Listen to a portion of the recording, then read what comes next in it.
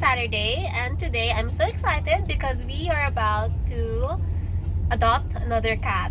As you may know, we already have 30 plus cats in our home, and today we are on the way to meet with well, she's actually a breeder. She has been my student in one of my workshops, and she told me that she wanted me to adopt one of her Scottish Straight. So I'm pretty much excited. As you may know, we don't really buy any of our cats. All of them, all 30 plus of them, are either adopted or rescued.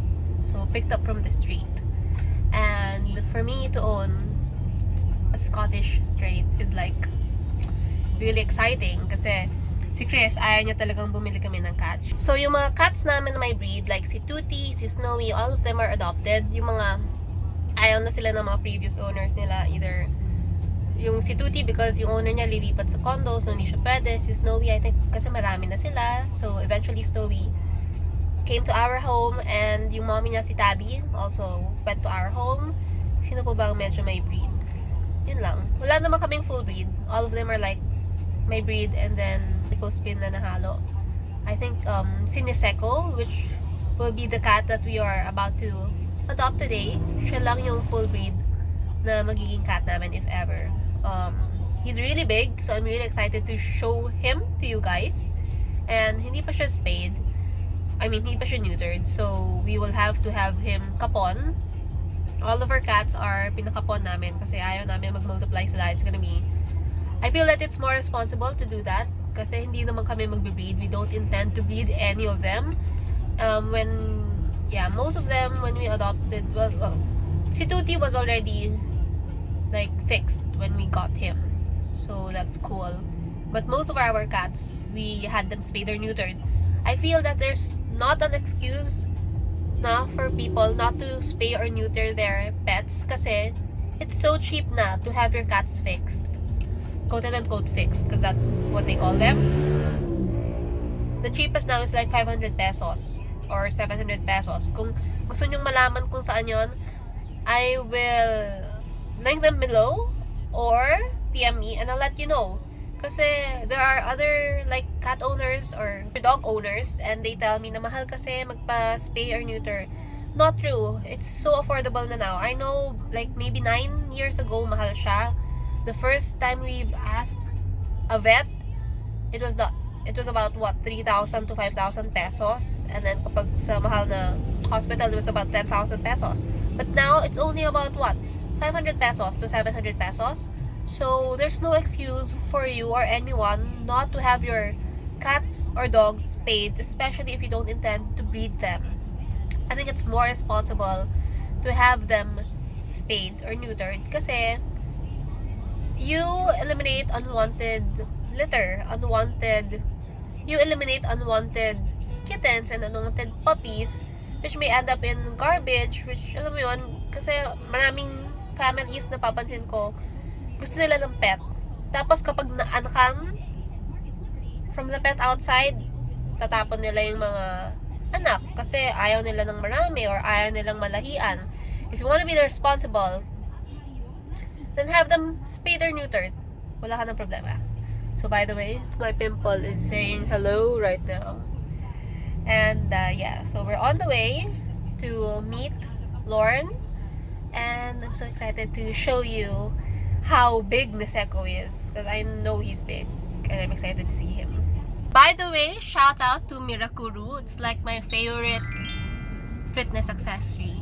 As of the moment, I've been bringing this everywhere. It's so cool kasi it turns your water into high alkaline water, like pH 10, in just 15 minutes. So it's super healthy for you if you're suffering from hyperacidity, even allergies.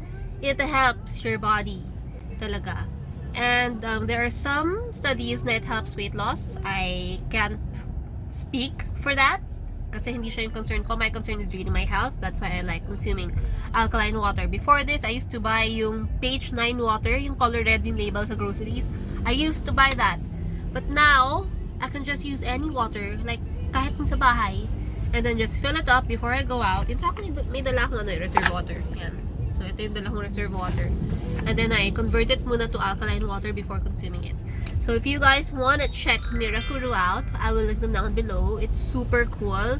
The filter is replaceable after 3 years. That's like so tipid. Because the last one, I mean, if you've been my student in my essential oil workshops, I know you've seen me carry around another alkaline water bottle. That's Dylan.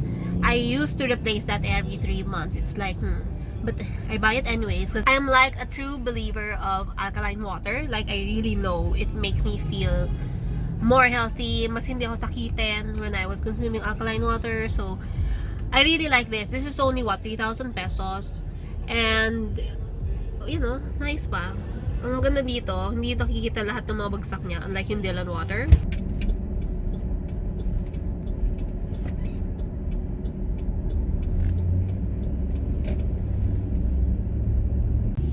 Hey guys, so we finally gotten Coco. He's here.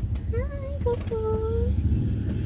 He is 2 years old and he is pure Scottish straight. We are letting him roam around so he'll get familiarized with our scents and everything, and then we are on the way home para ma-meet na niya yung family niya. He's just roaming around. Ito siya. Hey! Lambing niya. So thank you so much, Lauren, for trusting us in taking care of Coco. We adopted Coco from Lauren. You can check out Lauren's IG account, Perferific Cats. I'll put it down here.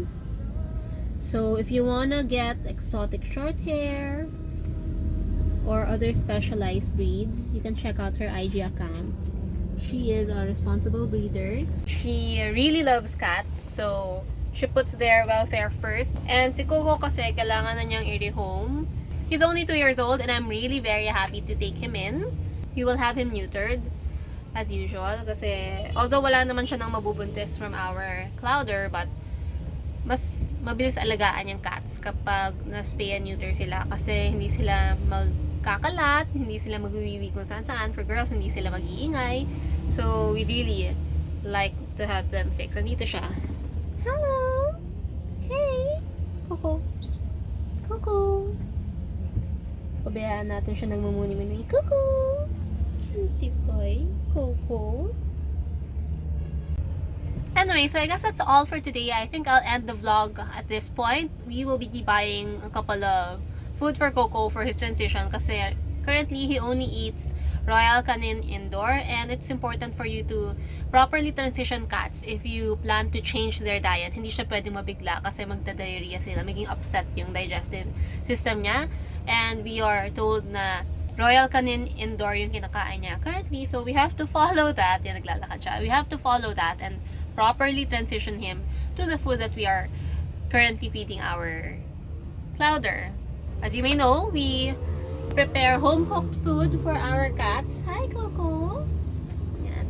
We prepare home-cooked food for our cats kasi we find that they're healthier that way.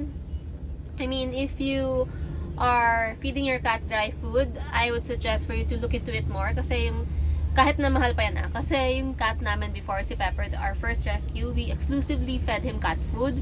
Ang ending niya, we had to put him under surgery dahil nagka-stone siya. I put up the video also here, and we spent so much money because of that, and since then, all our rescues, all 30 plus of them, we feed them home cooked food, and they're so much healthier that way.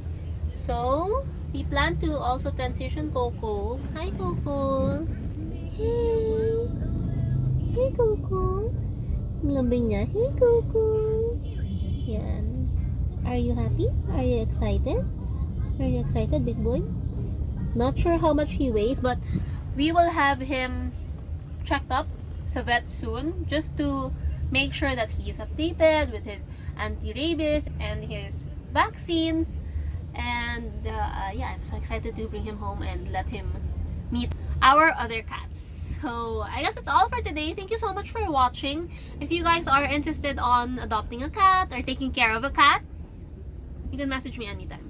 I can give you like advice or what. If you have questions about cats, message me anytime or drop them down through the comments below. I'd love to see Like if you rescue cats or if you take care of cats, let me know. I'd love to hear about those stories. I can spend the entire day talking about cats. They're so cute. Yeah, cat cappuccino. Anyway, I guess that's all for today. I hope you've enjoyed this video. Don't forget to hit thumbs up and subscribe to our channel to check out more about Niseko. Cute!